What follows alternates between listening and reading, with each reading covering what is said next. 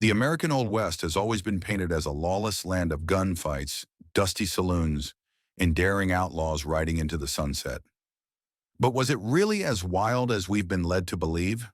Beneath the Hollywood myths lies a very different reality, one filled with surprising order, strange customs, and stories that have been twisted by time.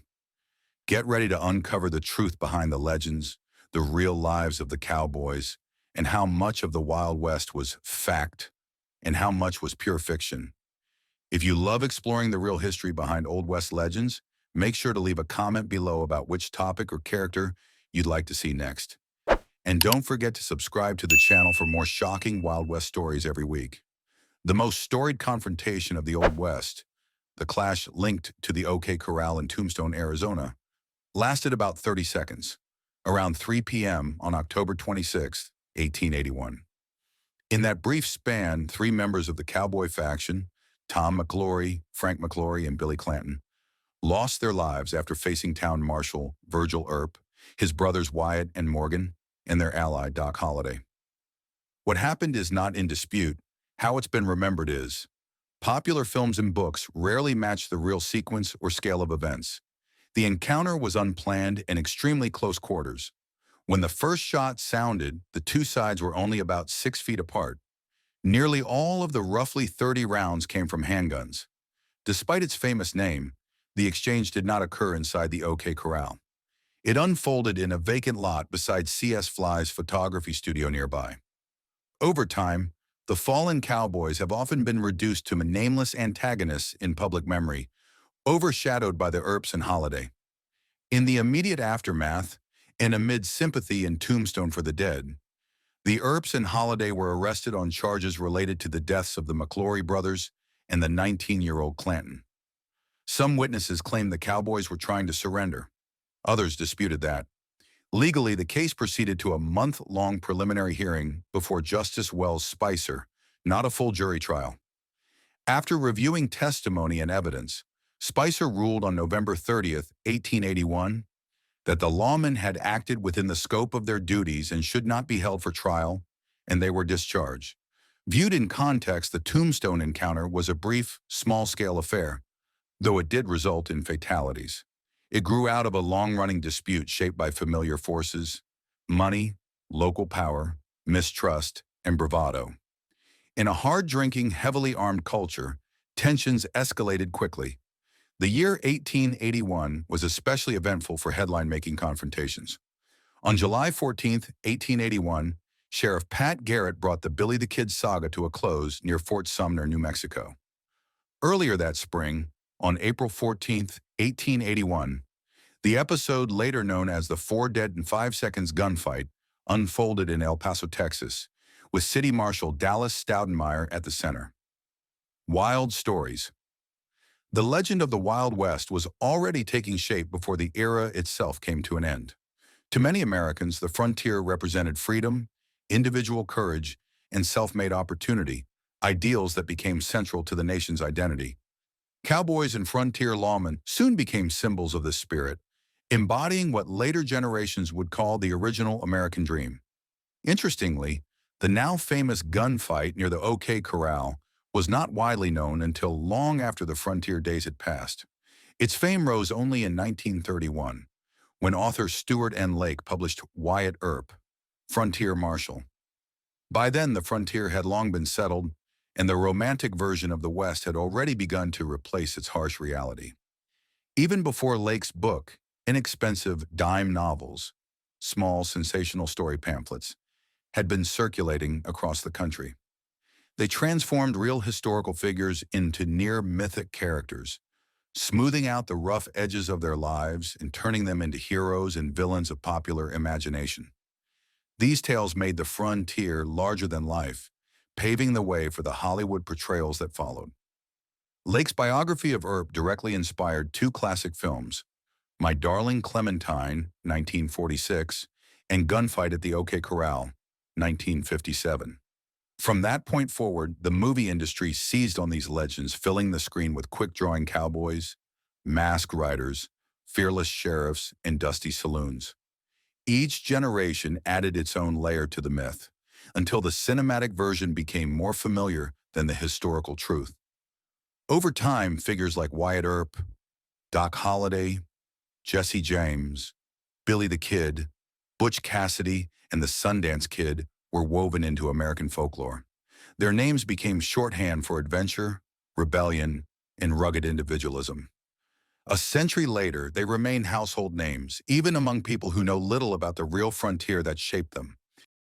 Yet behind the glamour of spaghetti westerns and Hollywood storytelling lies a more complex truth. By the 1880s, the period when many of these famous figures lived, the West was already changing. Railroads connected towns, territories gained governments, and the frontier was gradually giving way to modern life. In many ways, the Wild West was no longer truly wild. Life on the edge. For more than 2 centuries before the famous days of the Old West, the American frontier had already been a difficult and unpredictable place. From the moment English settlers pushed inland from Jamestown, Virginia, the vast, untamed wilderness of North America posed immense challenges. By the late 1800s, the period often romanticized in Western films, the frontier had actually become far less perilous than it once was. In earlier centuries, the dangers were not just from people, but from the land itself. Harsh climates, treacherous mountain passes, and long stretches without water or shelter made westward travel a gamble of endurance. Travelers also entered regions already inhabited by Native American nations, whose lands and resources were being steadily encroached upon. Resistance from these communities was a direct consequence of this disruption, a struggle to defend their homes and way of life as settlers moved farther west. The early frontier population was also unique. Many who ventured out were young, unmarried men, drawn by opportunities in mining, trade, and land speculation. Flush with gold rush profits, they often carried newly affordable firearms, not only as tools of protection, but also as symbols of self-reliance and authority. Life in fast-growing settlements, often called boomtowns, was shaped by instability. There were few established laws, little oversight, and a strong sense of personal justice born from the culture of independence and the lingering scars of the Civil War. Wagon trains heading west faced countless hardships: harsh weather, sickness, isolation, and theft. Groups of travelers carried everything they owned: their possessions, tools, livestock, and often savings in the form of gold or silver. This made them easy prey for opportunists. Figures such as Jack Powers, an Irish-born highwayman active in California during the early 1850s, became notorious for preying on travelers along El Camino Real and exerting influence over Santa Barbara. He was eventually expelled by local citizens, reflecting how frontier communities often took justice into their own hands. This kind of community-led enforcement became a hallmark of frontier life.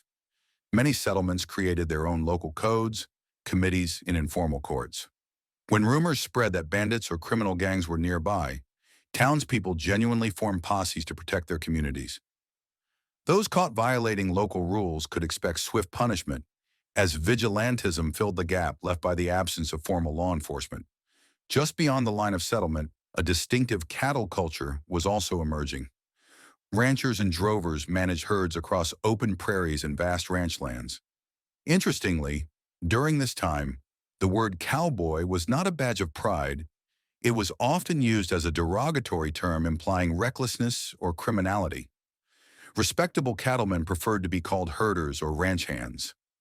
Life on the range was hard, filled with long drives, dangerous weather, and the constant pressure of competition for land and resources.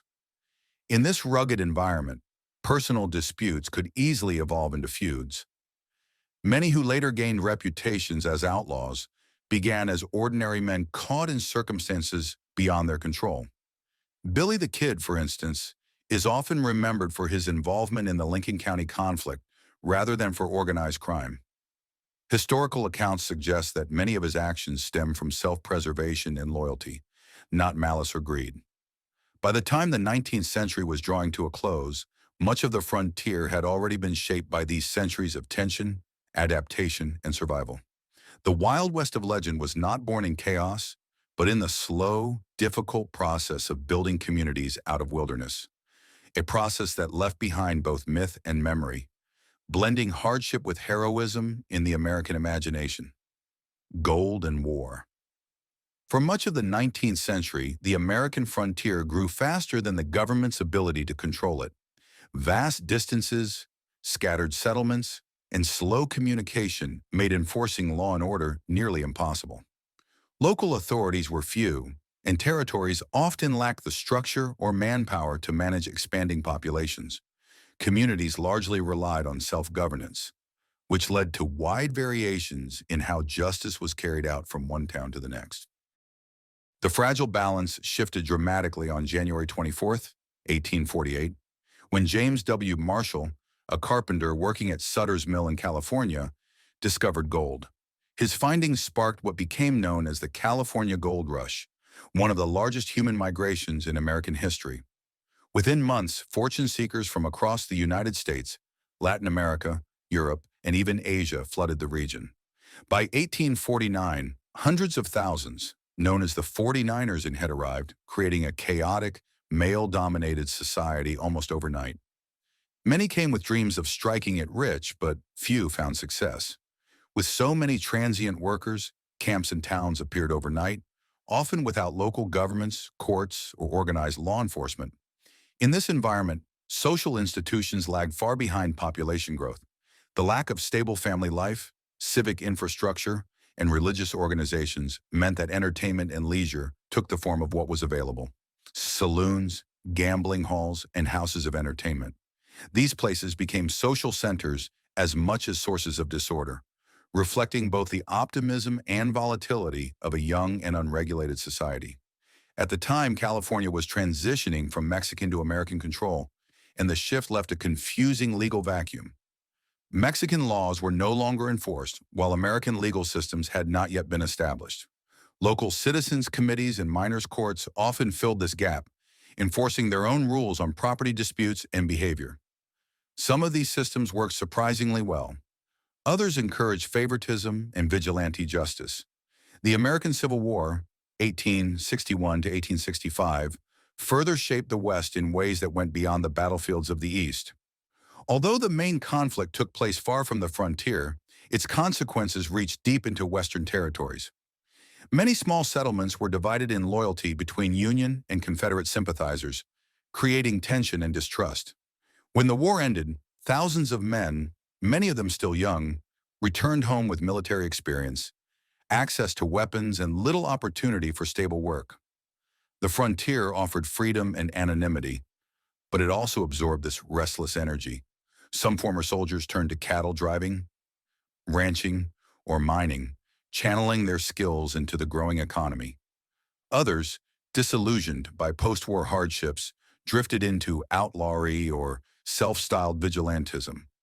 Among them were figures like Jesse and Frank James, Missourians who had ridden with Confederate guerrilla bands during the war.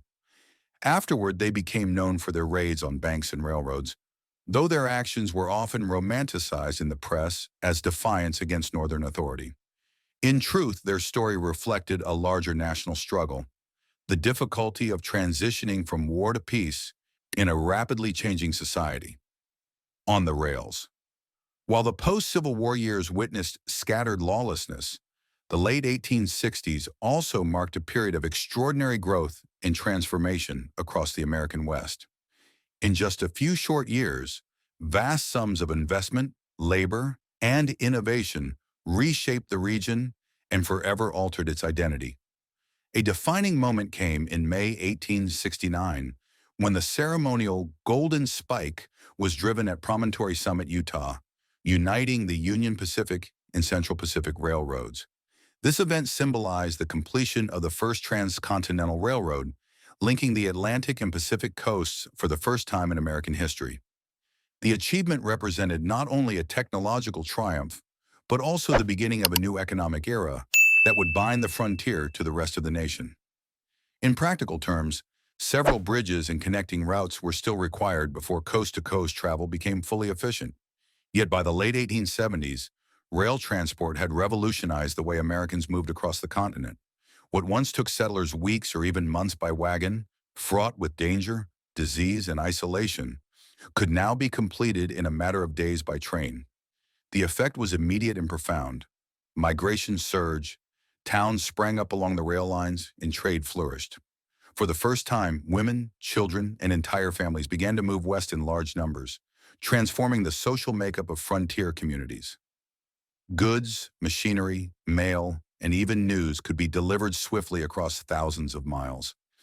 This flow of people and commerce ignited the economy of the West, connecting it to national and global markets.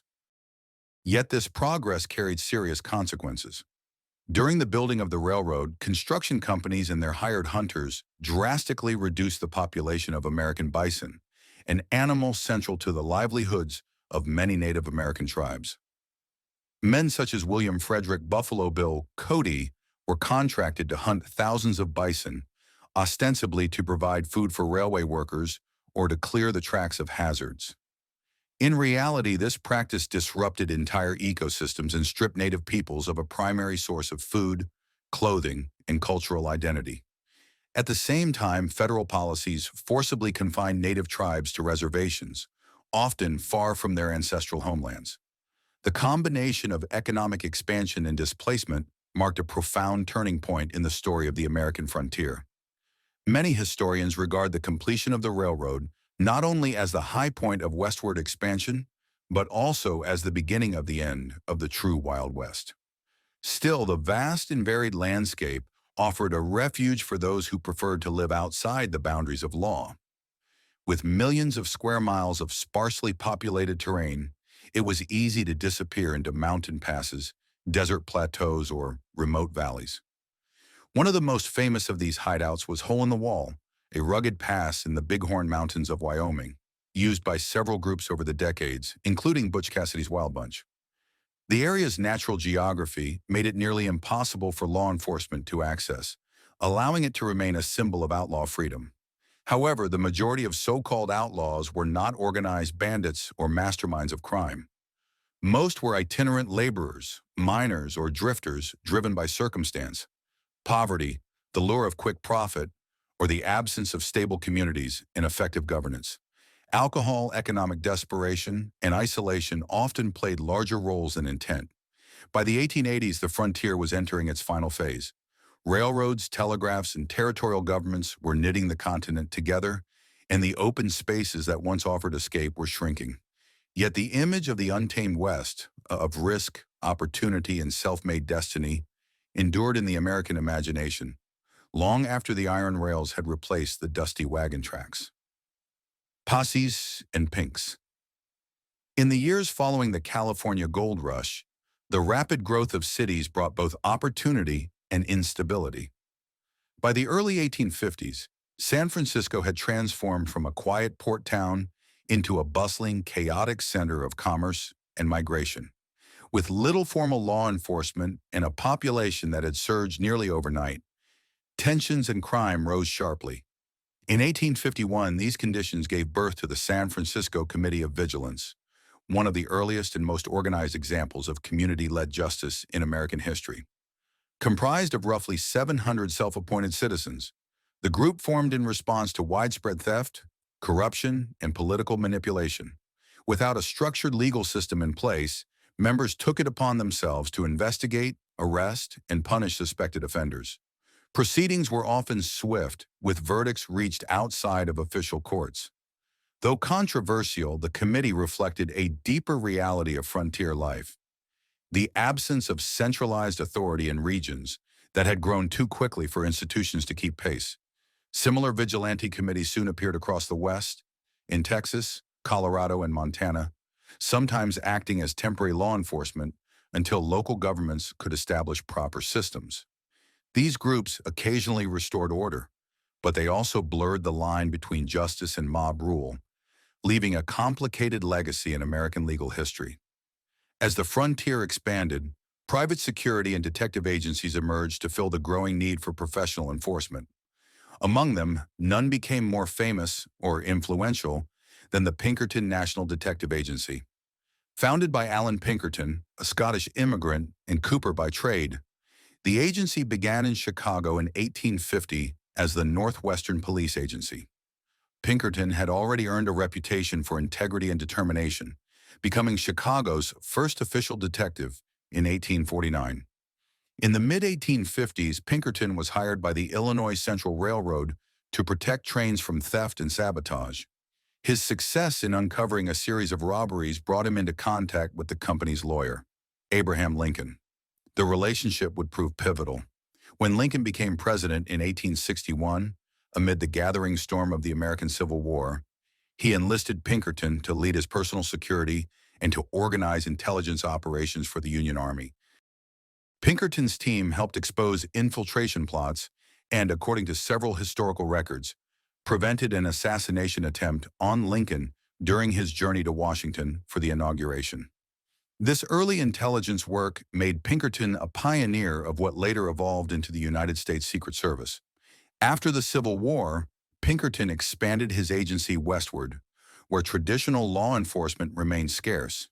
The Pinkertons became the leading private organization tasked with investigating robberies, protecting railway shipments, and tracking fugitives who crossed state and territorial lines, something government authorities were not yet equipped to do. His agents, often called Pinks by their adversaries, developed investigative techniques that were decades ahead of their time. They maintained detailed case files, shared coded telegrams, and operated across borders with unprecedented coordination. Pinkerton detectives pursued several of the West's most famous outlaw groups, including the Reno Gang, Butch Cassidy's Wild Bunch, and the Hole-in-the-Wall Network. Though the agency achieved notable successes, including breaking up major train and stagecoach robberies, some targets proved elusive. Despite years of pursuit, the Pinkertons never captured Jesse James, whose legend grew precisely because of his ability to evade them. Draw your gun. Despite vigilante committees and the Pinkertons on the trail, several frontier settlements still earned reputations as outlaw towns. Over time, even these places began adopting order. Tombstone, Dodge City, and Deadwood instituted rules that barred civilians from carrying hidden firearms inside town limits.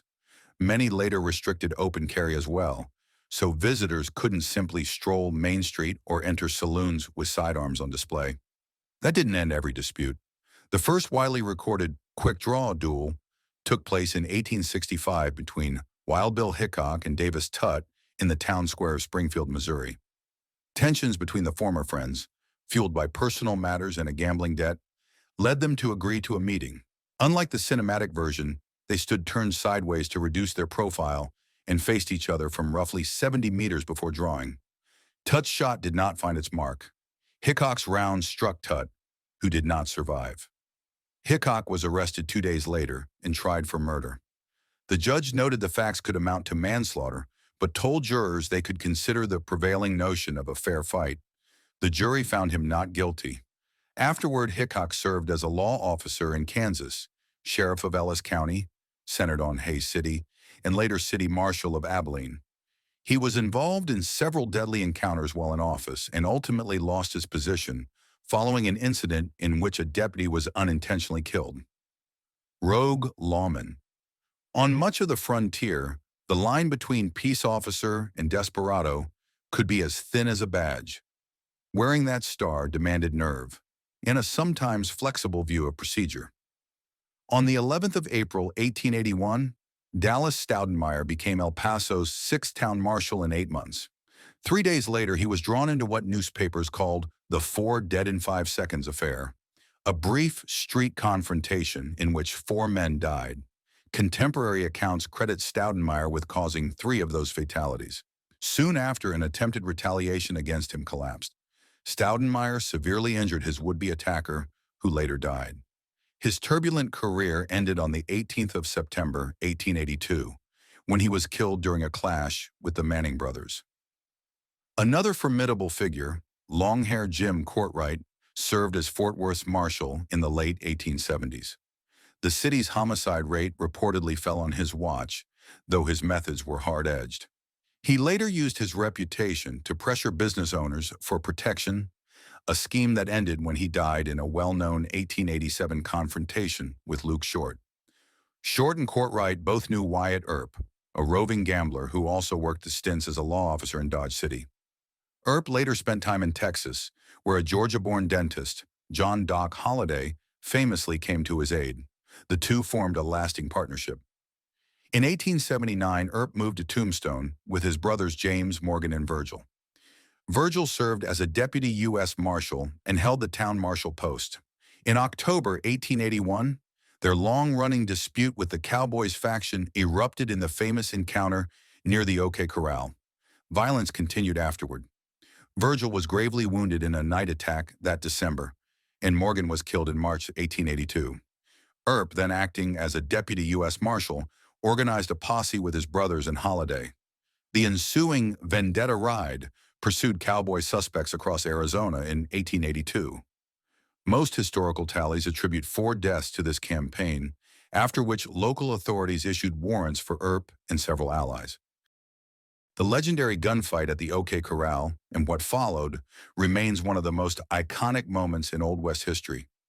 Its fame endures partly because it captured everything that defined the frontier spirit: honor, law, loyalty, and chaos, just as that era was beginning to fade. In the years that followed, law enforcement across the Western territories began to evolve. Professional policing slowly replaced frontier justice, and 3 remarkable men came to symbolize this shift. Deputy U.S. Marshals Bill Tillman, Chris Madsen, and Heck Thomas, known collectively as the Three Guardsmen. Between 1889 and the early 1900s, their combined efforts helped bring stability to the Indian Territory, which would later become Oklahoma. They pursued and captured numerous outlaws, including members of the Dalton and Doolin gangs, whose activities had long troubled the region. Historical records credit the Three Guardsmen with arresting more than 300 fugitives over the course of a decade.